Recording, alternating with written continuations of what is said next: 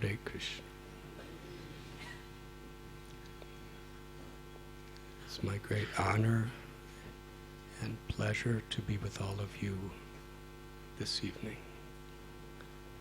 Thank you for coming. Time is so precious. Every moment is precious because according to how we utilize it will determine our state of consciousness as well as our destiny.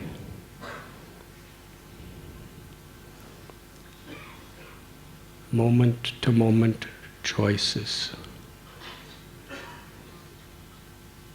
You see, spirituality is not just about making a decision. It's not just about we surrender and then it's over. The concept of Sharanagati, of surrender, is a moment-to-moment choice that we make.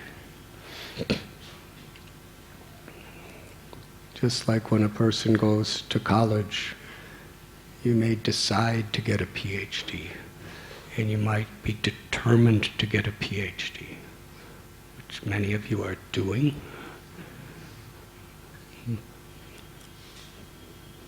But the PhD only comes when you apply that determination moment by moment by moment over the years.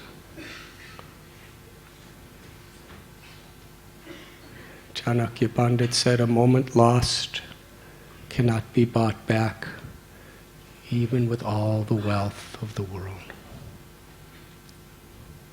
So to choose to utilize our time to elevate our consciousness is really the highest expression of the human potential.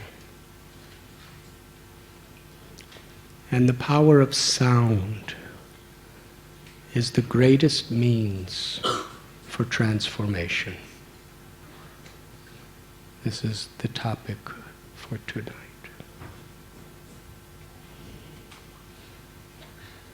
What we choose to tune our consciousness into through sound is very much what our experience of life will be, of what we will become.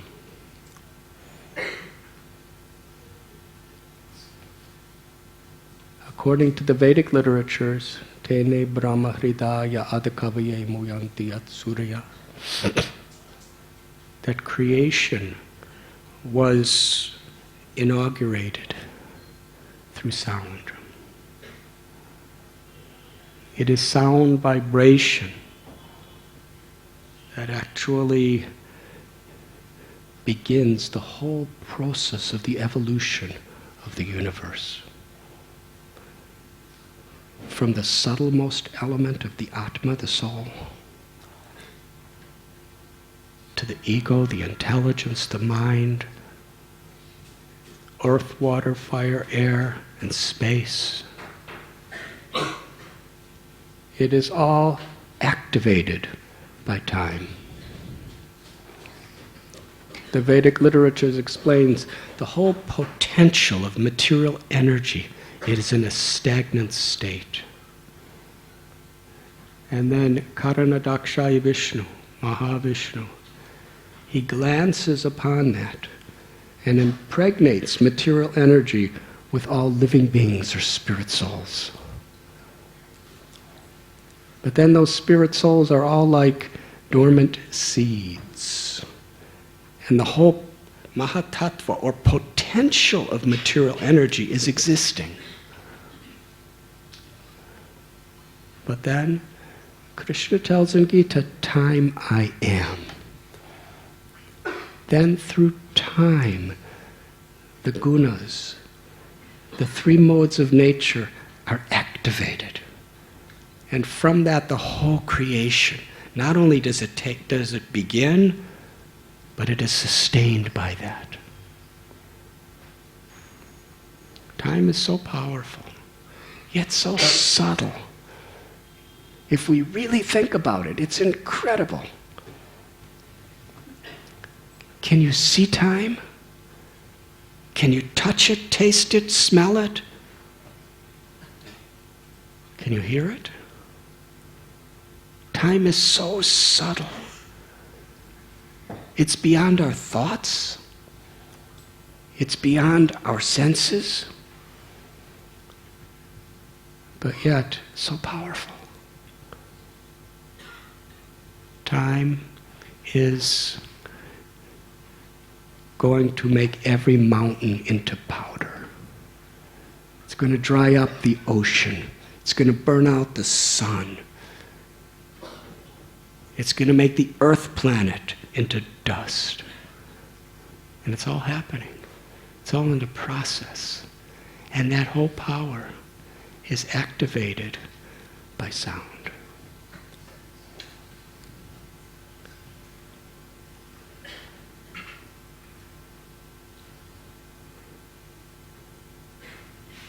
In this world, even in a very physical perception, we can see the power of just sound. A high-pitched sound could make a glass break. A sonic boom could crack walls. And one little gunshot could create a massive avalanche. Sound has such power of how it influences material energy. From a healing perspective, ultrasound, through sound, medical technology could see tumors within your body. Through sound, can dissolve kidney stones within your body. Through sound, the glass can be disrupted by cellular phones.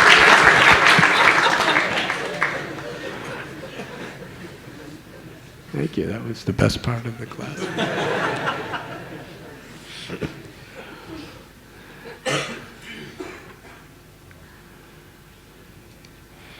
And on a subtler level, how sound affects the mind.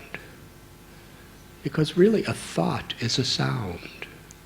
When you're thinking, you're kind of hearing words, aren't you?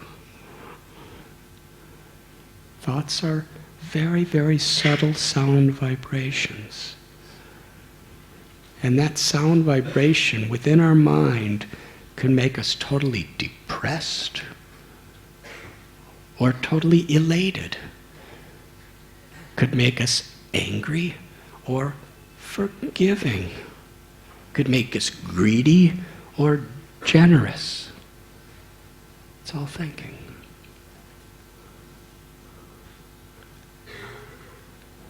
In the world today, so much of how individually and collectively we are affected is through sound. Education. We're reading books. When we read, it's a sound that's going in our mind with each word. When we're hearing classes, professors or teachers are nourishing us. All the governments in the world, whether it's a democracy and people give speeches to get votes, or whether it's a dictatorship where people give speeches to just conquer others, it's based on the power of sound. And the more people understand the power of sound, the more they could either do good or do harm to themselves and to society.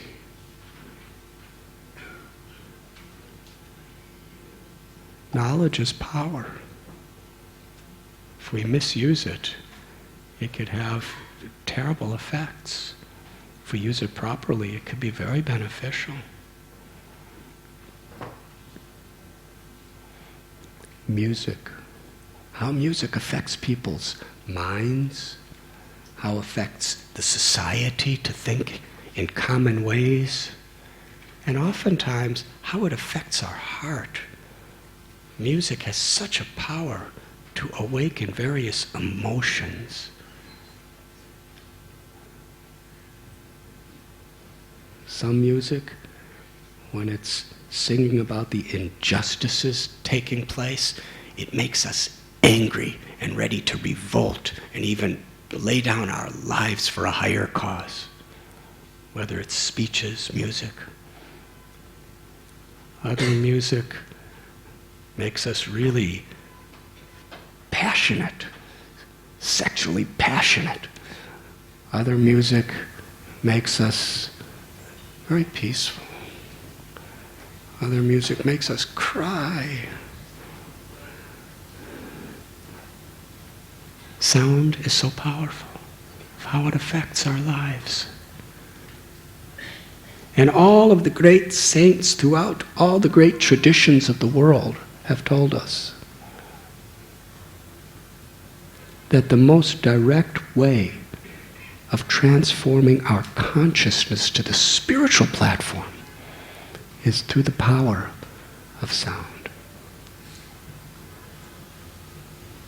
In the Bhagavad Gita, Arjuna was playing the role of everyone within this world. We think we know things, but then situations happen that are beyond our control, and we understand that I really don't know much of anything.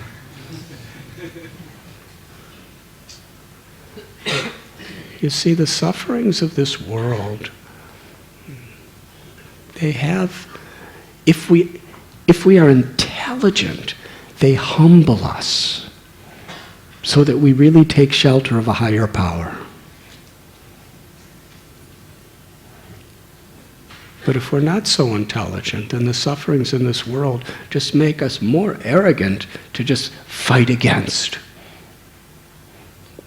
But the problem is, the powers against us are so beyond any of us. We have to grow old, we have to get diseased, and we have to die. And so many things happen in between.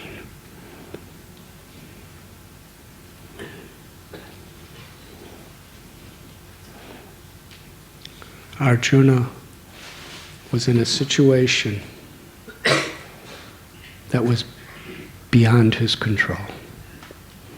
They weren't going his way. And his emotions were stirring so much. And he really thought he knew what he was to do. And he was speaking so much good information. But in the end, he realized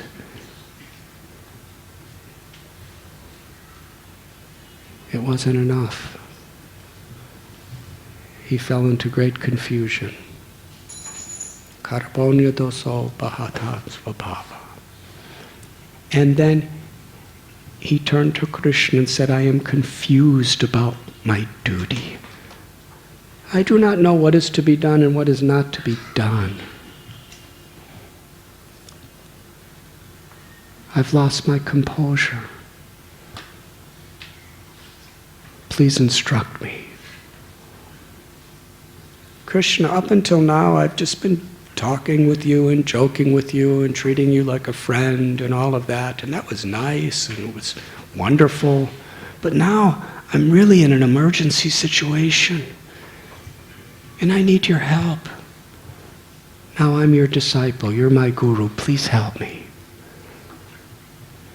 And it wasn't until Arjuna, his heart was really open, that Krishna spoke. Until then he remained silent from giving any true instructions. Why? Because knowledge is sound. It is transmitted through sound.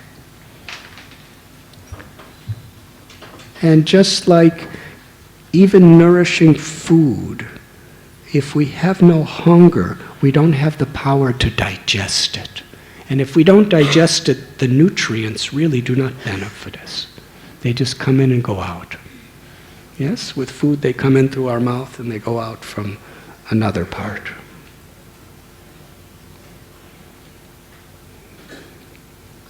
So sound. If we really feel the sense of urgency, if you're just coming tonight for some entertainment or for some social purpose, then you'll get a little benefit. But if you, like Arjuna, feel an urgency, feel a need, that this is a troubled world, and there are powers so much beyond myself, and there is so much suffering. It may be in me, it may be in my loved ones, it may be in all around.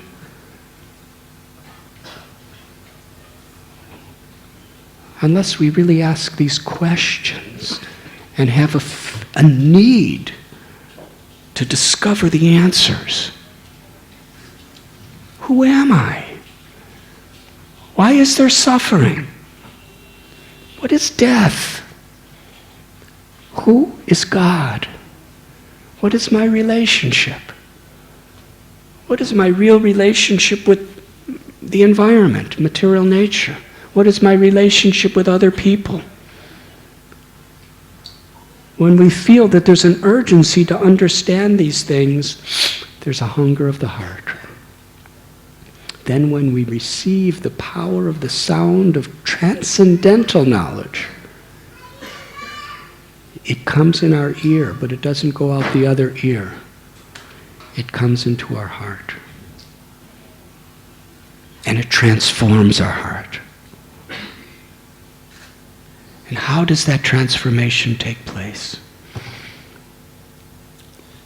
Through hearing the power of the sound of Krishna's message in Bhagavad Gita, Arjuna, he was transformed from being a very, very confused, lost soul who was really suffering into a person who was totally courageous, who had an ultimate divine purpose to achieve.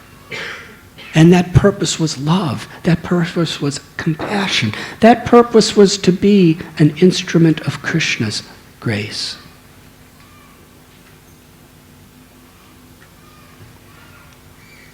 He became supremely happy because he no longer had an ego, a false ego. He was just an instrument of grace. He was no longer debilitated by thinking, I can do this and I can't do that. Ahankara vimuda. Now he was thinking, let Krishna do it through me. Through love. That was the transformation. And that is the opportunity that everyone has.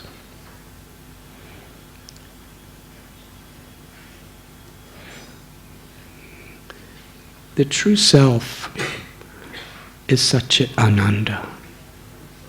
Krishna tells in Bhagavad Gita that there are these 8 material elements: earth, water, fire, air, mind, intelligence, and the ego.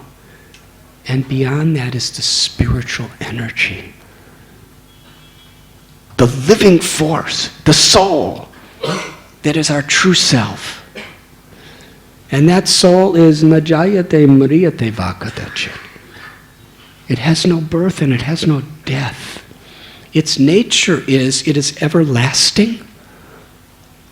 We are full of knowledge and we are full of happiness, Ananda. And the nature of the Ananda of the soul, the Atma, is it is not determined by external circumstances. When due to the false ego, we forget who we really are and we identify with this temporary body, this temporary mind, we have such a vacuum within our heart. We have to find pleasure. We have to find meaning through things. So many things. Through money, through fame, through physical pleasures. But no matter how much we get, it's never enough for two reasons. One is it's always temporary. It comes and it goes. And two is we're looking for God's love. That's our potential, which is the highest happiness. And we're looking for it through little things, fleeting things. And the beginning of real spiritual knowledge is to understand what is real wealth, what is real happiness, and what is the mirages of this world. Promising us that, but never satisfying us. And once we get a glimpse of a taste of that reservoir of real love, real joy that is within us, we don't want to just enjoy it, because that's not the way love is.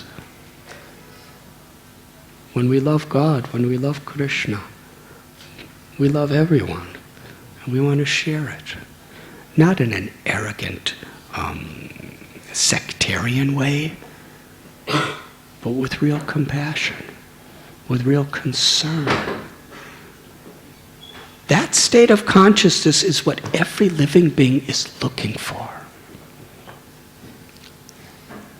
Nitya Siddha Krishna Prema Sadhya Kabunoi Sravanadi Sudhichiti Gaudiya Yudoi. Sri Chaitanya Mahaprabhu has told us that this love for Krishna is within the heart of every living being. And by associating with saintly people and chanting God's holy names, this divine sound, that love is awakened. An example. The sun shines in the sky. It shines on trees. Little seeds become trees. And the energy of the sun remains within that tree. Becomes wood. Wood is not fire, but fire, the fire of the sun is within that wood. And when you put fire on wood, it actually awakens the fire element within the wood. So in the same way, it is our nature, Satchit Ananda, to enjoy experiencing Krishna's infinite love and being an instrument of that love. When we experience Krishna's love, we become so humbled and so grateful. It completely purifies us. And then we offer our love back to Krishna and to all beings. When we associate with people who love God, it's like putting fire to wood. Even though we can't even see our love for God, we can't see that ecstatic peace, especially when there's a stormy day in our mind and we're anxiety and we're depressed and we're frustrated and we're envious and we're just longing for all kinds of things that are not at all favorable to us. It's like wood. But when we associate with the power of sound, it awakens that divinity, that spiritual potential, that bhakti within us. Chaitanya Mahaprabhu said, Sadhu Sangha Sarva Sastra Hoy, Lavamatra Sadhu Sangha Sarva Siddhi Hoy. That even a moment's association with the sadhu, a saintly person, can transform our life. And what is that association, satsang? It's hearing. When we come before a saintly person, we hear. This is a principle. In the Bible, when Jesus would speak, sometimes he would say, "Those who have ears, hear."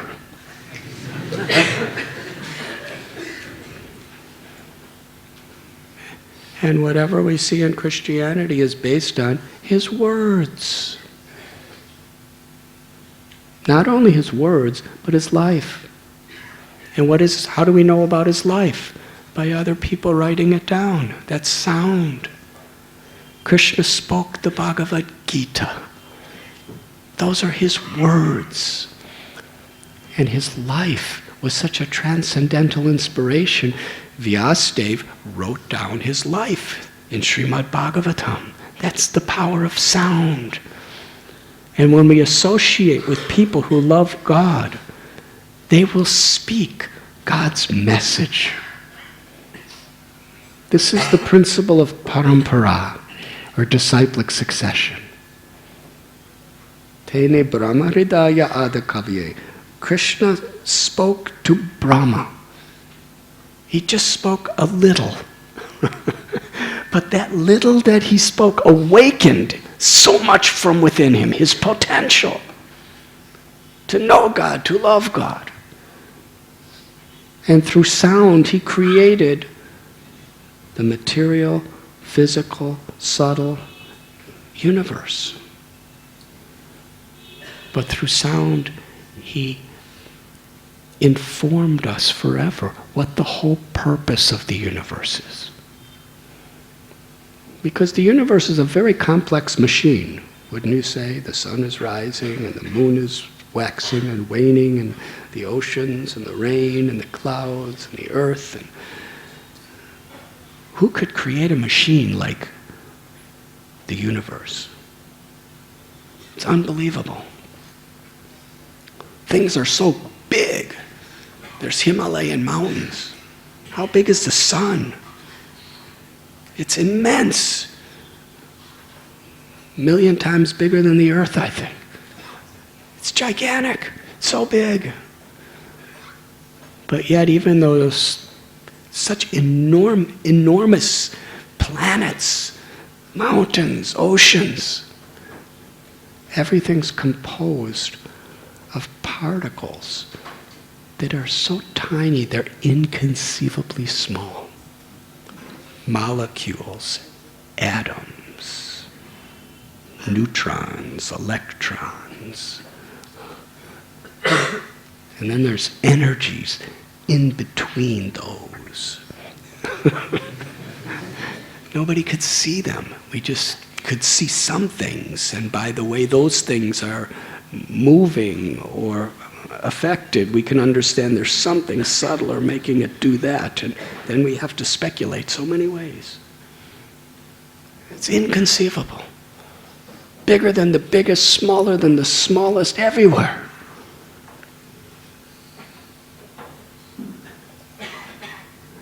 That's creation. Very complex. This human body, so complex.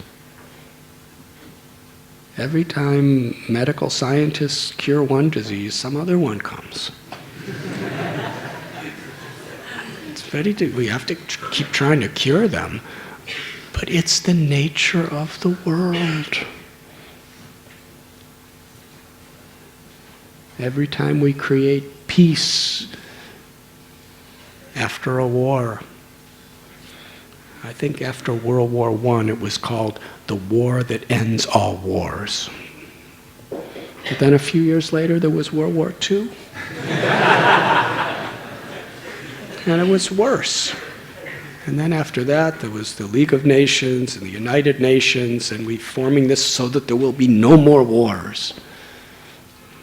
There's so many wars. There's always. So that's the way creation is.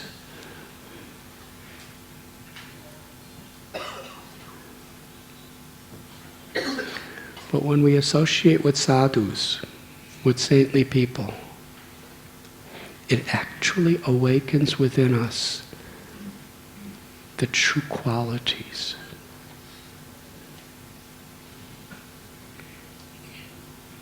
Of the soul.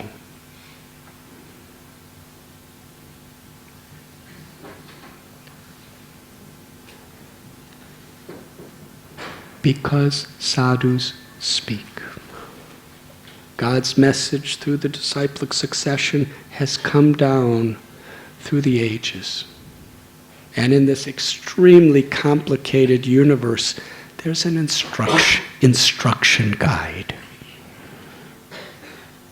Whenever there's a very, very sophisticated, complicated machine, there's an instruction guide to teach you how to use it.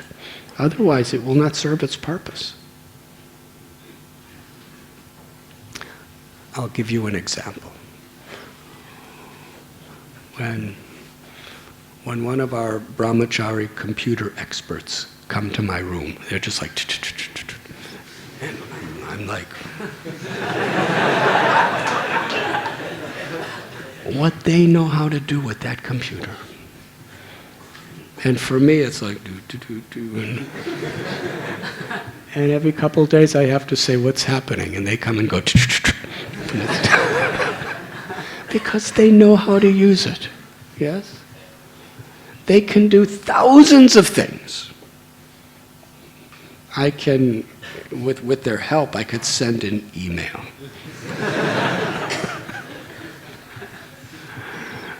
But it seems like, I don't know, India is very much karmically oriented toward computer engineers and software engineers. But if you know how to do, you understand how it works. And there's such a potential.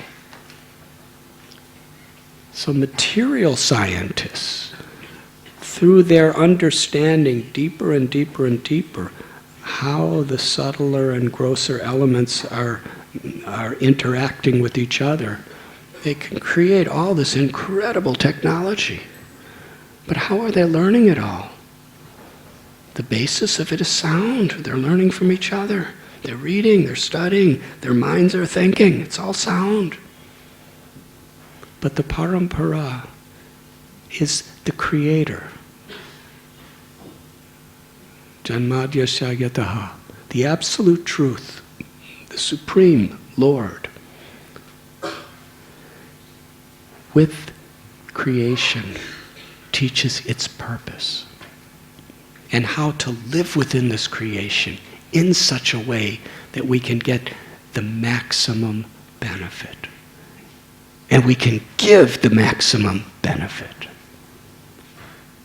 So why, as eternal souls, divine children of God who have unlimited potential to love and to create peace and to create incredible happiness within this world, and ultimately to help people to be liberated from suffering and find Krishna, why should we be satisfied with anything less when that potential is within us?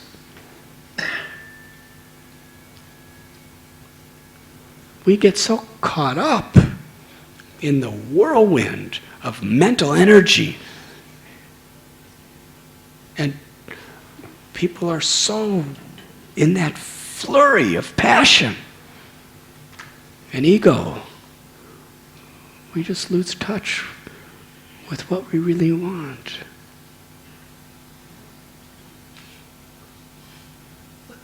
But if we're a little bit objective, in my experience, I've never found anybody who's really objective. Everyone's subjective, because we all see the world according to our own mental condition. But when we try to be somewhat objective, we'll see that no matter how rich you become with money, it doesn't make you much more happy.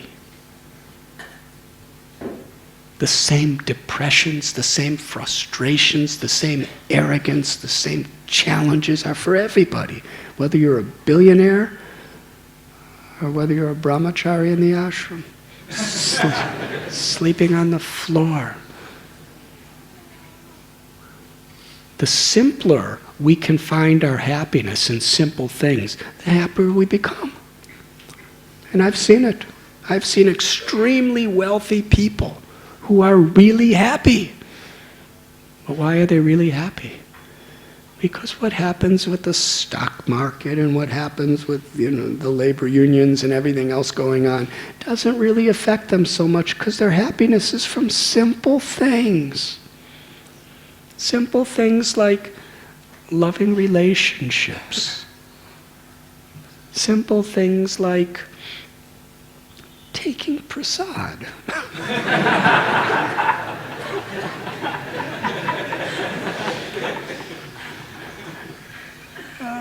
I don't think rich people eat much better than our brahmacharis.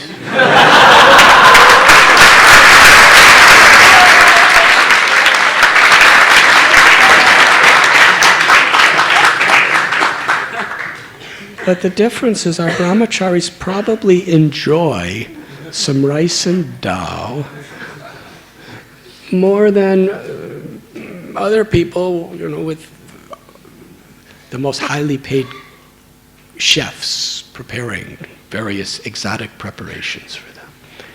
Because the happiness is not in the taste, in your tongue. The happiness is in your state of mind and heart, right?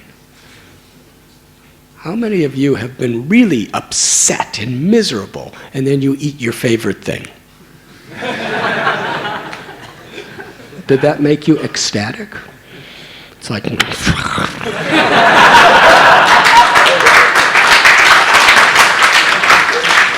You can't enjoy it.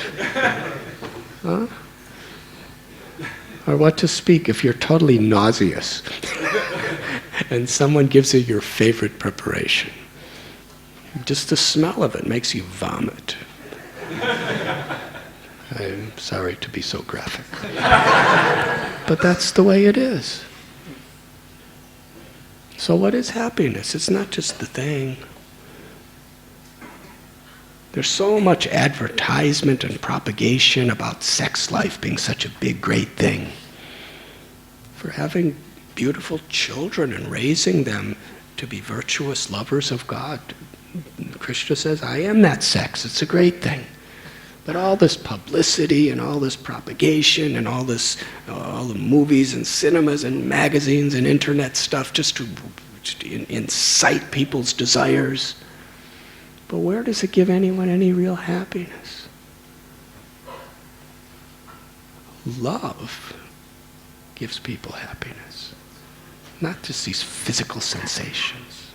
So people are mad after money, and they're mad after sex, and they're mad after power, and they're mad after fame, and they're mad after having property and things. Nunam pramata, Bhagavatam says, because they're mad. Mad means they've lost connection to their self.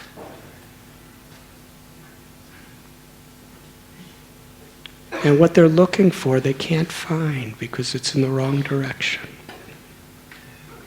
But when we associate with sadhus, with saintly people, whether they're billionaires or millionaires or middle class or lower class or brahmacharis on the floor, that's all a detail. It really doesn't matter. Bhaktivinoda Thakur, he had 10 children. How many of you have 10 children? How many of you want 10 children? Somebody just told me one Swamiji is telling all Hindus to have 10 children. Many different missions in the world. But he actually had 10 children.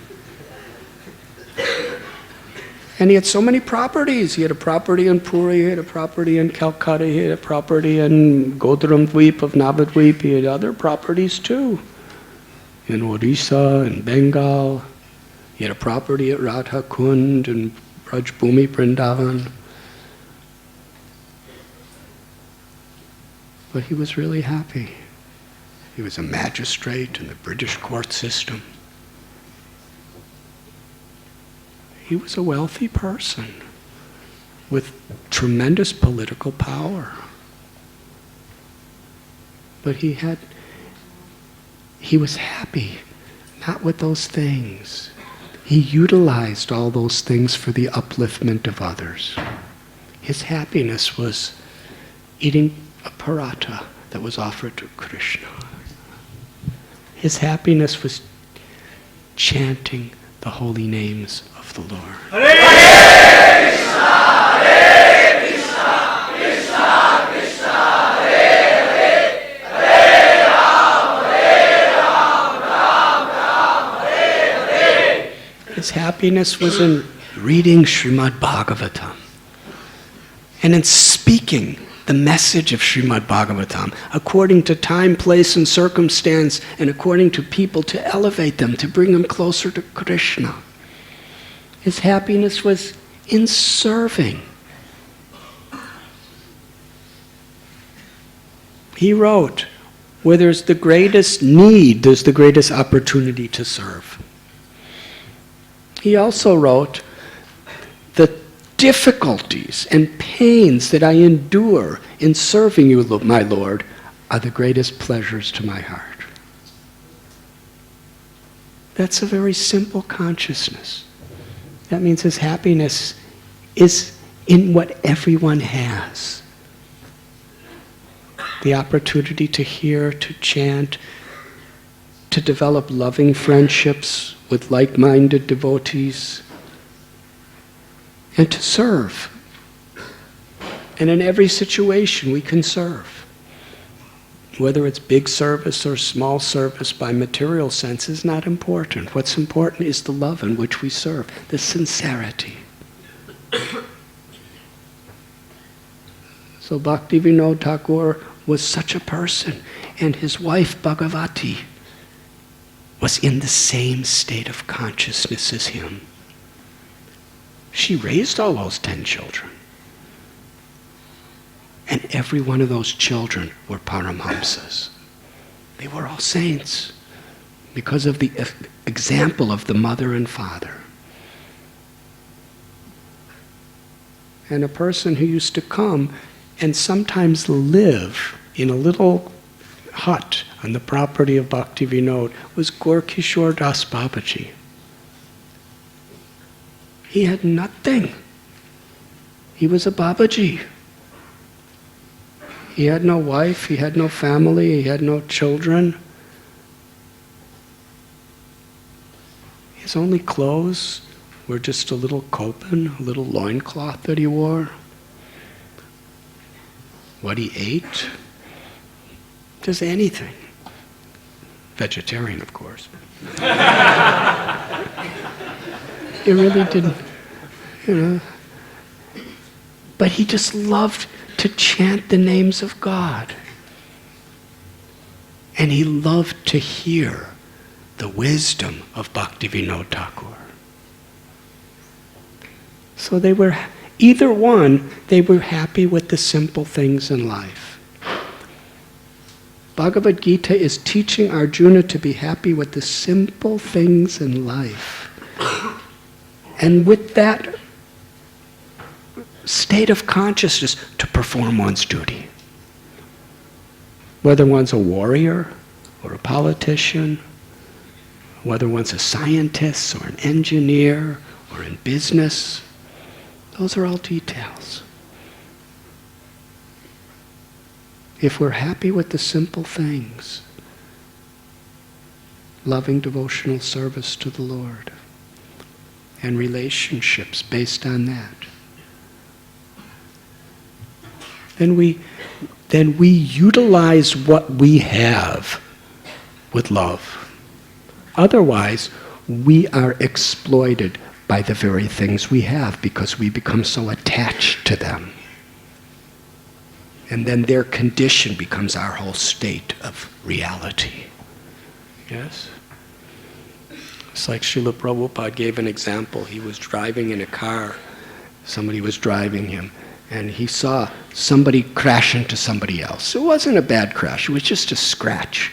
And the person came out of the car and he saw his car was scratched. And he was so angry. He was screaming at the person. He said, "You scratched me!"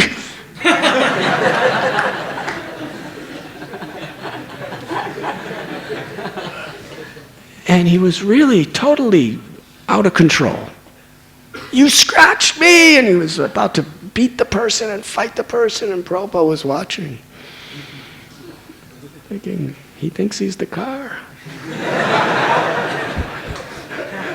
He's calling the car me. But the idea is, he's so attached to the car. Because he's so empty within himself, he has to find his happiness in the car. Now, Prabhupada was driving in a car just as nice as his. But if somebody hit Prabhupada's car, he would just say, "Oh, let's fix it." Just fix it, you know.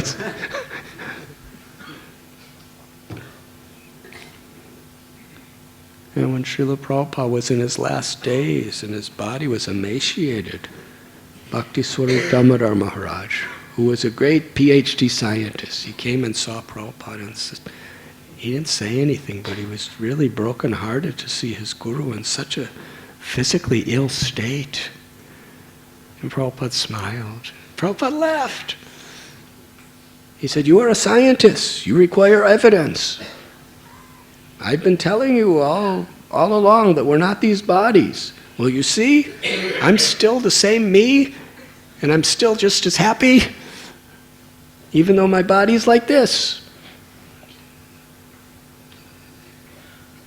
So he was using his disease just as a way of serving others. We were speaking the other night about Bhakti Swami Maharaj. I remember the first day I came to Gita Nagari.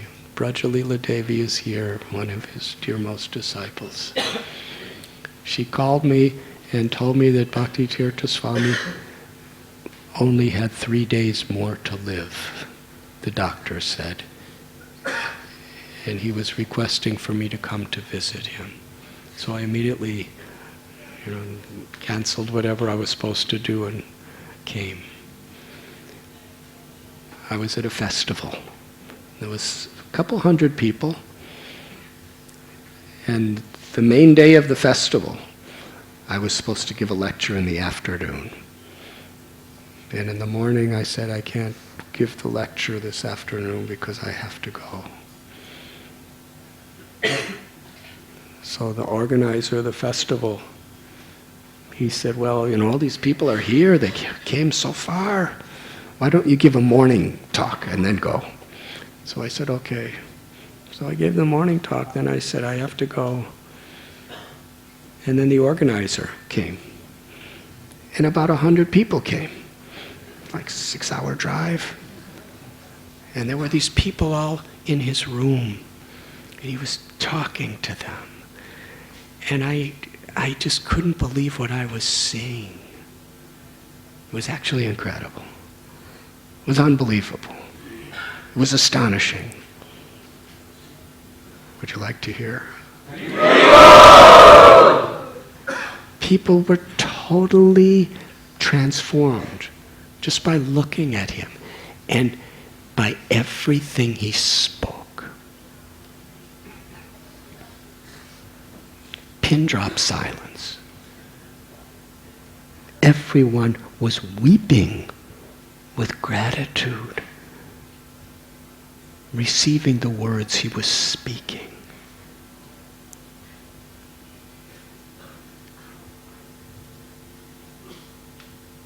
It was incredible. Just to see how a person's simple words could totally affect people's lives. Everyone in the room. And when people came out of the room, they were crying saying, I've never had an experience like that in my life. I'll never be the same. And I went back in the room, because actually he was saying the same things he kind of always said. He was talking about loving devotional service is the highest aspiration that we can have. And how to access that, we have to actually be humble and grateful and forgiving to others. If we hold on to spite and grudges and all these things, we're just holding on to our ego and another birth and another birth. We have to let go. It's not all. The only thing that's really important is to forgive, to be grateful, and to actually be transformed by the power of sound. So I went back in and I said, how did you do that? I've known you for 40 years. I've seen you give hundreds of lectures, and I've seen you give hundreds of talks, and you're saying more or less the same things. But today, everyone was weeping. They were crying. They'll never be the same for the rest of their lives. None of these people. You just went right to the core of their hearts and occupied it with devotion to Krishna. That's what you gave them. And he smiled. He was emaciated, and he was tumors on his body, and he was supposed to die in a few days. And he said, this disease is a blessing, because my life is to serve. And I could serve people more powerfully in a few days in this state than I could in years in a healthy state. So I'm not here to enjoy the body, I'm here to serve with the body. So now the body is giving me the greatest facility to serve in this state. So he said, it's a blessing. I'm so grateful. I'm so happy. Does that make sense? So Srila Prabhupada, he was like that. He was teaching that simple things, seva is the pleasure for the heart. And we could perform seva in any situation. And when we associate with people who are speaking the truth and who are earnestly, sincerely trying to live by the truth, repeating the message that God has given through parampara, then it awakens the fire of that love, of that joy of serving from within us. So satsang is about sound. The Srimad Bhagavatam tells one of the effects of Kali, or illusion, this age, is that people go to holy places to bathe in the rivers, but they do not hear from the self-realized saintly persons who are there. It's most important.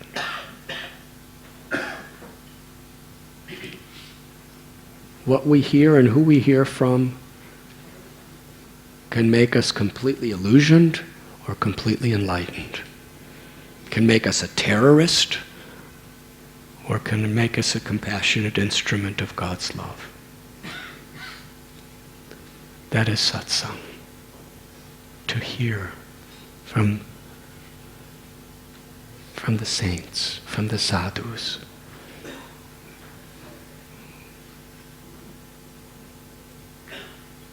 And what do the sadhus and the shastras teach us? That the prime benediction for all humanity is the power of the sound of the mantra, the holy names of the Lord. This is the prominent conclusion of scriptures. Srimad Bhagavatam, which is the essence, the crest jewel, the culmination of all Vedic knowledge. The commentary on the Brahma Sutras by the author. It concludes the last verse that by associating with saintly people and chanting the holy names of the Lord, one will be liberated of all suffering and ultimately attain the love of God that's within us. That's true liberation. So Sri Chaitanya Mahaprabhu, he spoke such profound philosophical messages, but his conclusion was really simple. Just find the value and beauty of serving and chant the holy names and share this message of kirtan with others. Nam namakari bahuda nija sarva shaktis. Because the name of God and God are non-different. Golokera premadana harinam sankirtana. This sound vibration has descended from the spiritual world. Someone asked Srila Prabhupada, what do you hope to get out of all this chanting of Hare Krishna? And Prabhupada's answer was profound. He said, the goal of chanting Hare Krishna is chanting Hare Krishna.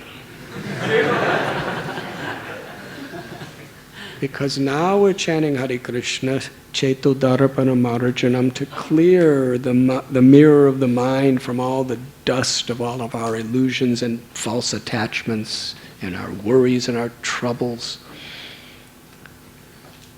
But when the mind is clean and the soul is awakened, then forever we want to glorify our beloved Lord, Shri Shri Radha Gopinath. Now we are chanting for purification, but in the liberated state, we chant in ecstatic love.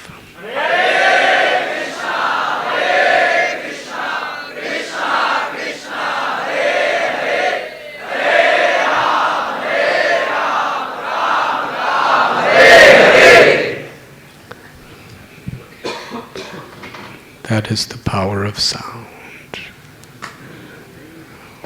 Would anyone like to ask any questions?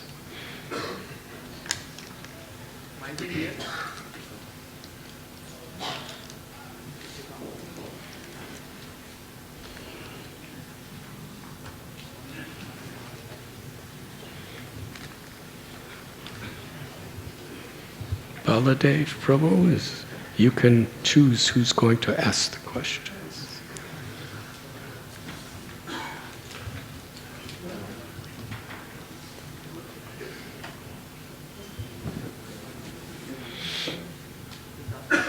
Hare Krishna. Can you stand up? Because I don't know where the power of sound. When it comes to microphones and sound systems, we don't know who's speaking. Please tell me, what is your favorite sweet in Prasadam?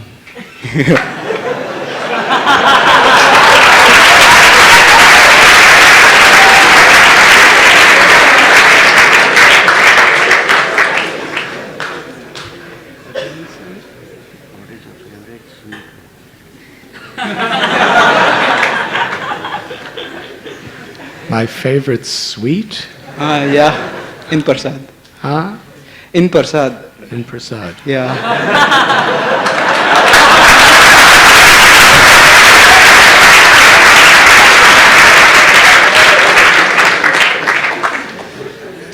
This is a very philosophical question.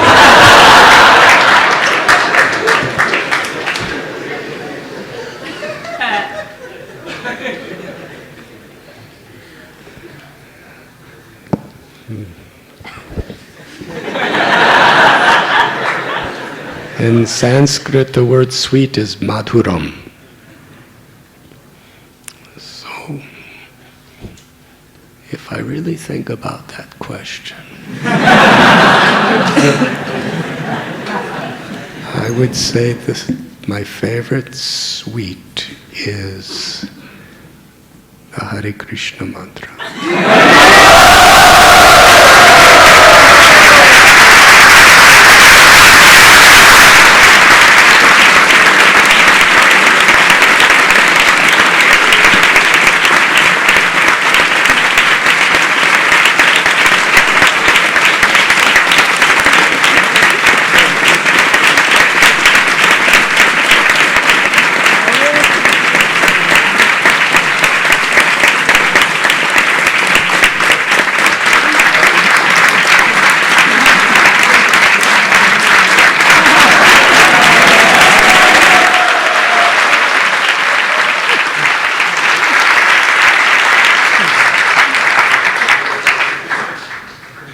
It's the most sweet of all sweets.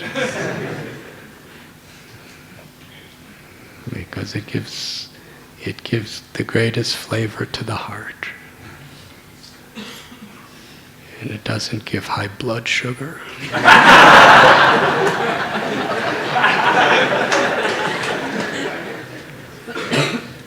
And you can take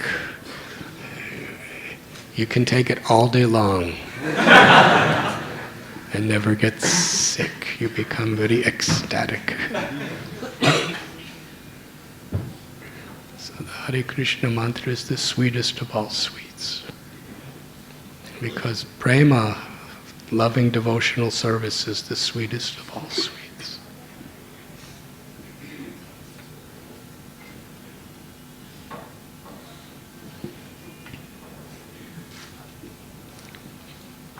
But I also like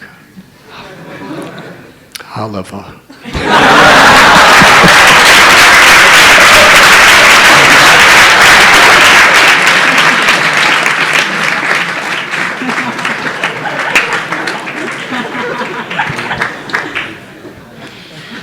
Does that answer your question?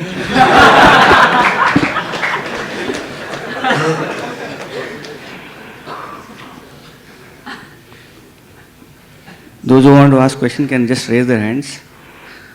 Just one question can begin here. Just pass the mic here. This one.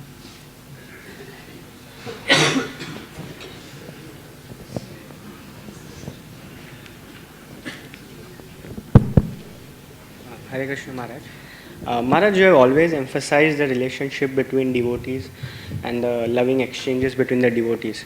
So, Maharaj, can you explain who exactly is a devotee? What is the definition of a devotee? Who is a devotee? Yes, Maharaj. Who exactly is a devotee? Is someone who chants Hare Krishna, can we call him a devotee? Or is it something beyond? One time, Lord Chaitanya in Puri was asked the same question. There were a group of Vaishnavas, devotees from Kulinagram. And Kulinagram in those days in Bengal was well known for making very good silk ropes that were very strong. So Lord Chaitanya, because all of the people who came from Kulinagram, they were all grihastas, they were all household, family people. And Lord Chaitanya told them, every year come and bring your best ropes to pull the chariots of Jagannath, Baladev, Subhadra. So Lord Chaitanya was teaching this principle that according to where people are from and wherever things are good, use it for Krishna. Yukta Vairagya. This place is known for good ropes. That's wonderful. You all know how to make good ropes. Don't renounce it. Make them for Jagannath. And not only for Jagannath, for everybody. Because there's going to be millions of people using those ropes to pull Lord Jagannath. So how, if you make those ropes, how you're spreading bhakti and you're giving such pleasure to Jagannath and you're giving such pleasure to all the millions of people that are going to be pulling the ropes. So through that simple instruction, bring ropes every year for Jagannath. He was teaching the essence of bhakti. So the next year they came, they brought the ropes. And one of the devotees asked that we are families. We have our wives and our husbands and our children and our jobs. And how can a family person like us, how can we become Krishna conscious? How can we develop love for Krishna? And Lord Chaitanya gave 2 instructions. He said, just chant the holy names of Krishna and serve the Vaishnavas. Serving Vaishnavas means hearing from them and then applying what we hear.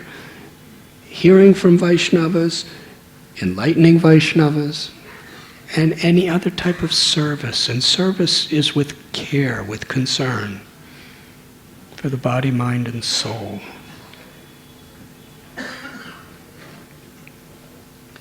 And especially when we serve together for our higher cause.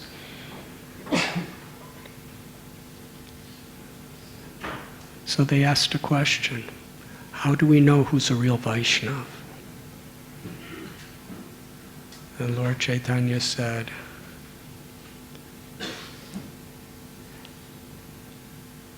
anyone who even once chants the holy name of the Lord sincerely is a Vaishnava, a devotee. So they went home. They took that instruction very deeply. Then they came back the next year and they asked Lord Chaitanya a question. They said, we are householders, so busy with our family lives. How could we become Krishna conscious? And Lord Chaitanya said, you should chant the holy names of the Lord and serve the Vaishnavas. And they asked, how do we know who a Vaishnava is? And Lord Chaitanya said, one who is constantly chanting the holy name of the Lord is a Vaishnava. So they took that to heart and they went home. The next year, they came back. They said, how do we as fallen householders become Krishna conscious? How do we love Krishna? And he said, you should chant the holy names and serve the Vaishnavas. And they asked, how do we know who's a Vaishnava?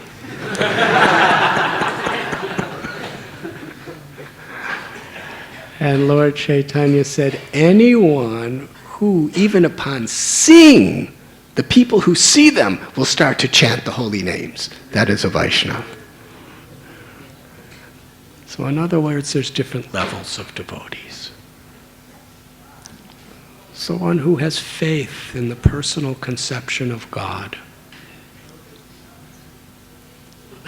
and who follows the principles of devotional service, at least with faith, at least has faith in the principles and is, making an effort even with shortcomings, that's a Vaishnava. On a preliminary level. And one who's actually very sincerely serving and very sincerely following and who actually is developed a taste for the holy name is a higher Vaishnava. And one who's really tasting the holy name and really connecting to Krishna's grace in such a way that they just want to be an instrument of Krishna's compassion in every way to others, that's the highest Vaishnava. Now we can understand this from many perspectives. Srila Prabhupada, in several places, he says a true Vaishnava is a person who is free of all envy.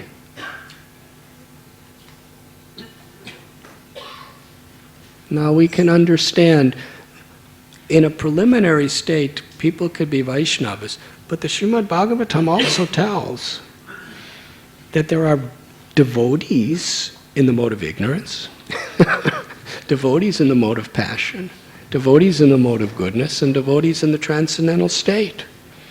Devotees who believe in Krishna and who follow certain principles in the way they dress and the way they, do some sadhana and everything, but they're arrogant and they're abusive to others and they find faults in others and they like to criticize others and they're envious.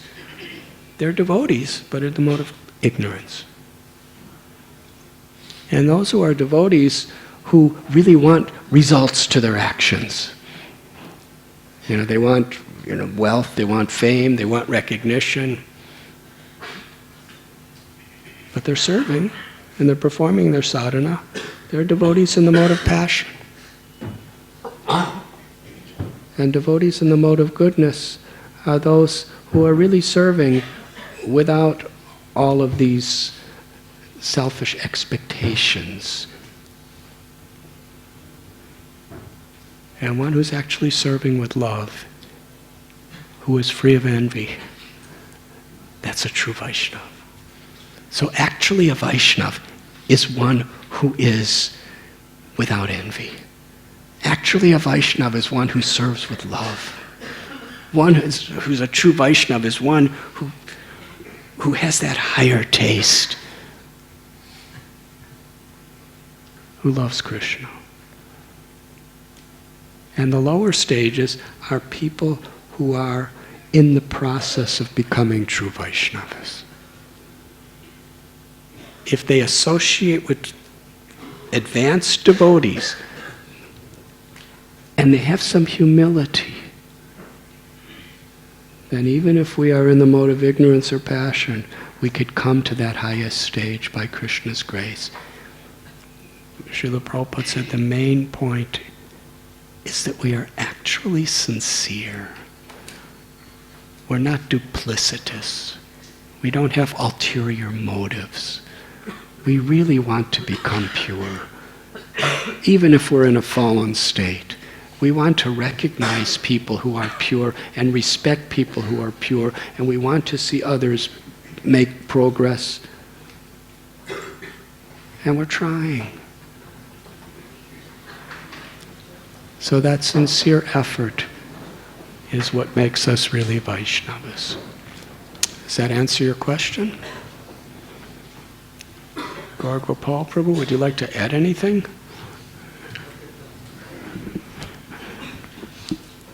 Yes, one question that side, the red shirt.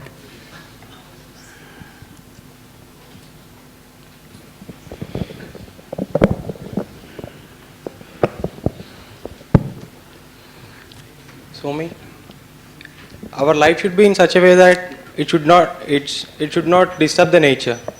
Say again? Our life should be in such a way that it should not disturb the nature. Disturb the nature. Yeah.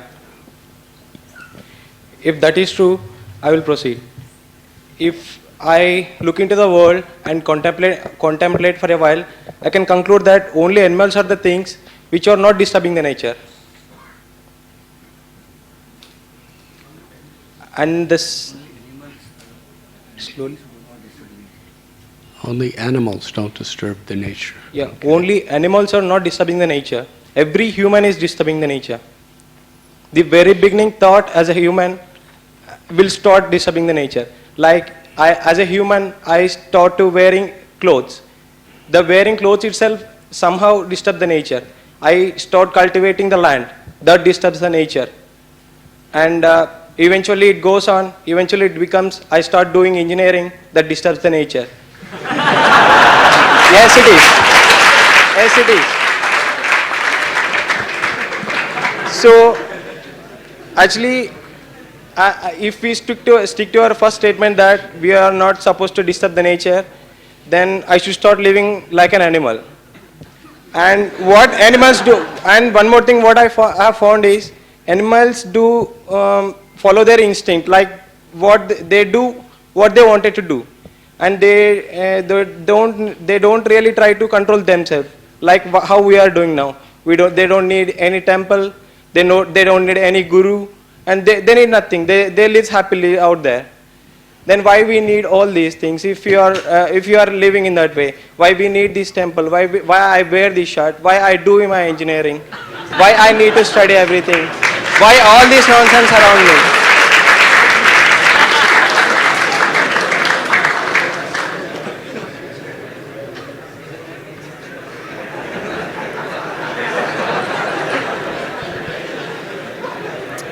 Hare Krishna.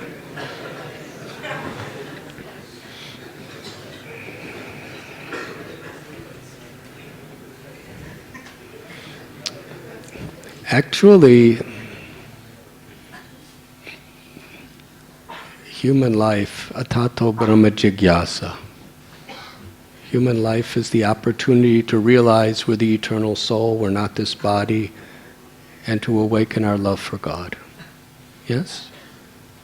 That is the specific purpose of human life. Animals are very natural. They're eating, they're sleeping, they're mating, they're fending, and like that. And they should be honored and respected for what they do. But a human being is meant to go beyond just eating, sleeping, mating, and defending. Because with the consciousness and the intelligence that a human being has, to understand what is beyond birth, what is beyond death, which animals can't do. When we use that power to just act like animals, then we pollute the world. It's not humans that pollute the world. It's humans who give up their human purpose to live like animals that pollute the world.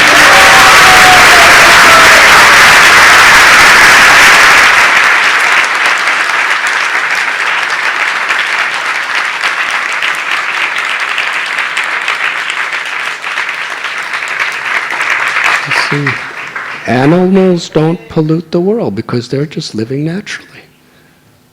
But it's completely foreign to the nature of human life to live like an animal. We have a higher purpose. Humans are meant to be the caretakers on behalf of God to all the animals and to Mother Earth and to everyone.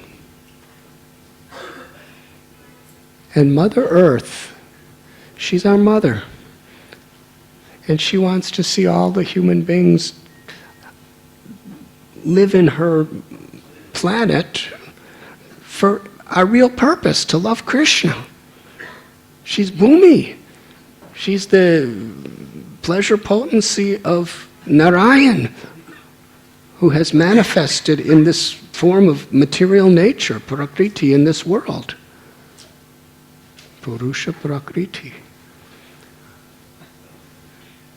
So if we have a higher purpose, and we're actually living simple living, high thinking, as Srila Prabhupada and our acharyas taught, then even if we make clothes,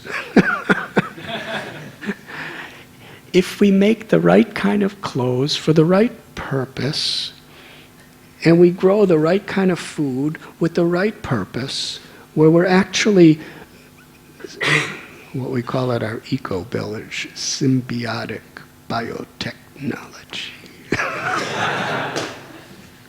Where we're actually grateful for Mother Earth. And what we take from her, we try to replenish with it. We try to replenish her rather than pollute her. If that's our motive, then our way of life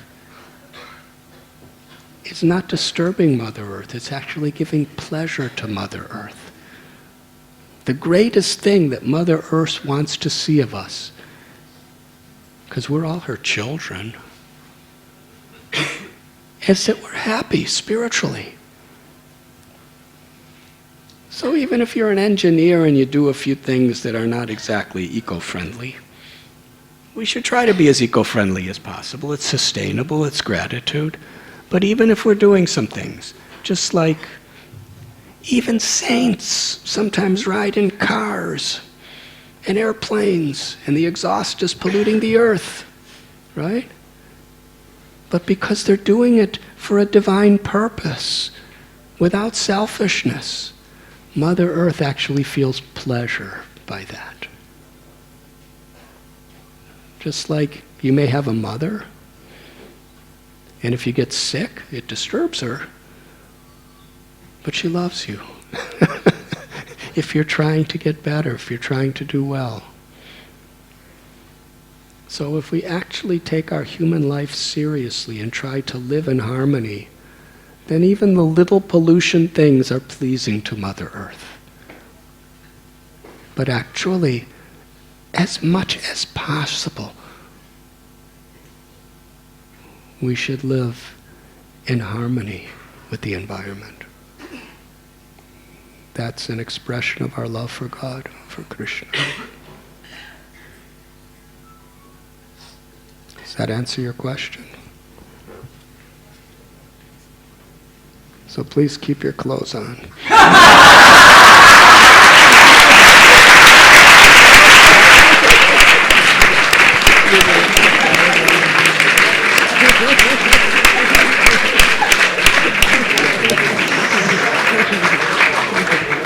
It's all right. Mother Nature is more happy with you, with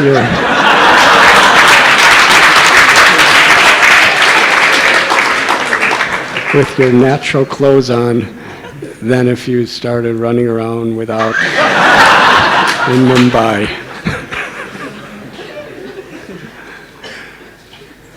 Any other questions? Okay, one mic is here. Just pass the mic here.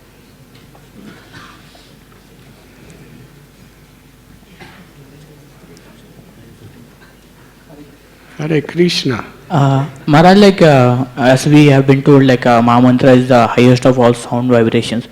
But mostly, some of the time, what happens is that when we are in our locality or we are in our home, some of our relatives plays Bollywood or Hollywood sound. So, we were accustomed to that sound previously. So we started chanting Maha Mantra in that particular tone. So is it is that will give same benefit as we chant from?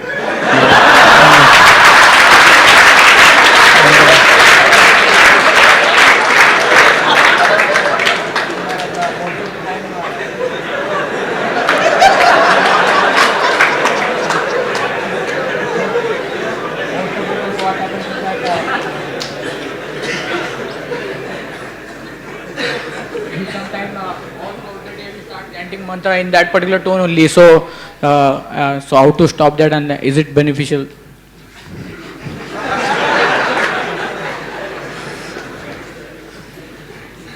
You are really an amazing crowd.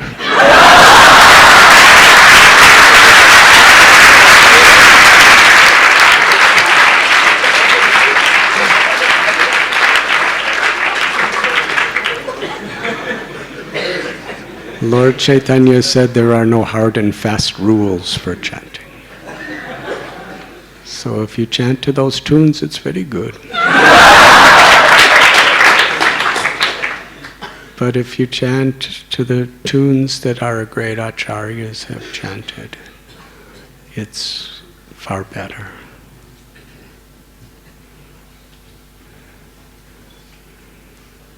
Any way we chant, if it's with sincere heart, whatever tune, it's very nice. If we chant the right mantras with feeling.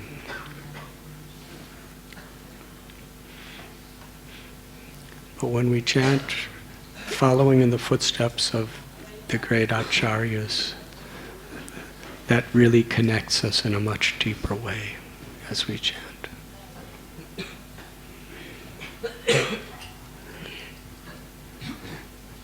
My dear friend Gary, if any of you read The Journey Home, you know about Gary. He has come from Malibu, California to be with you.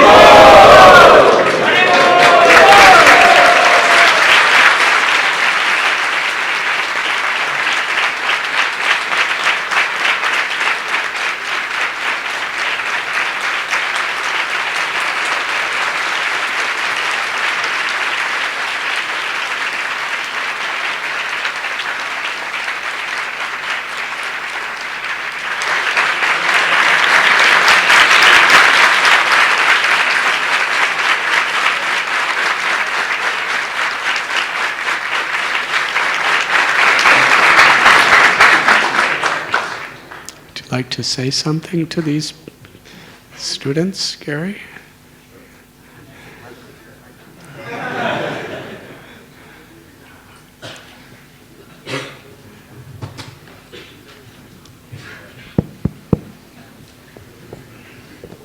It's an honor and a pleasure to be in this beautiful temple with all of you intelligent young people and Radhanath Swami. You're the future. The way I see it, you're the future of this planet. And from what I can see, it's in good hands. You asked some interesting questions. And Radhanath always has the perfect answer.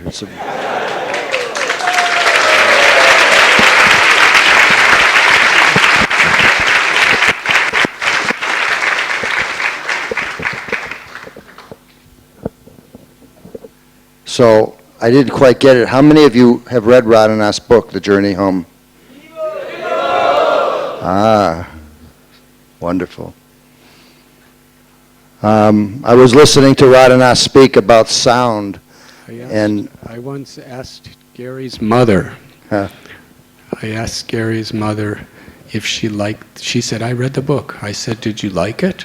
She said, "How could I not? It's all about my son."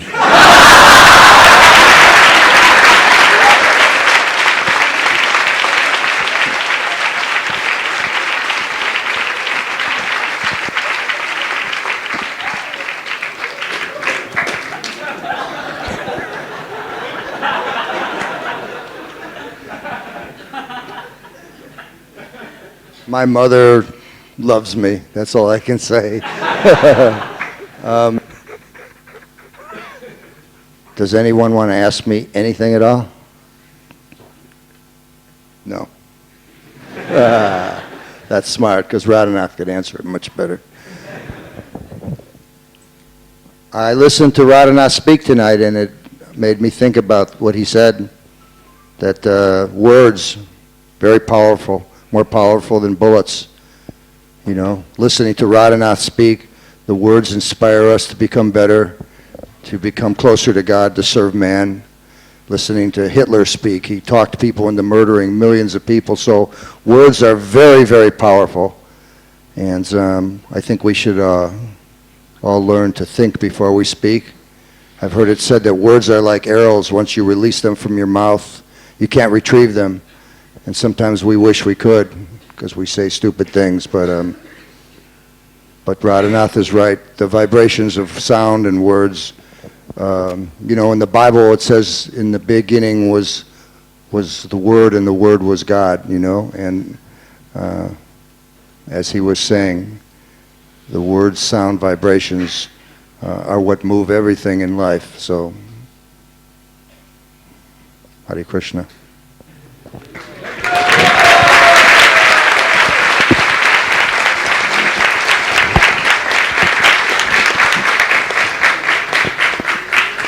Let us thank His Holiness Radhanath Swami Maharaj for wonderful inspiration class. We're loudly chanting.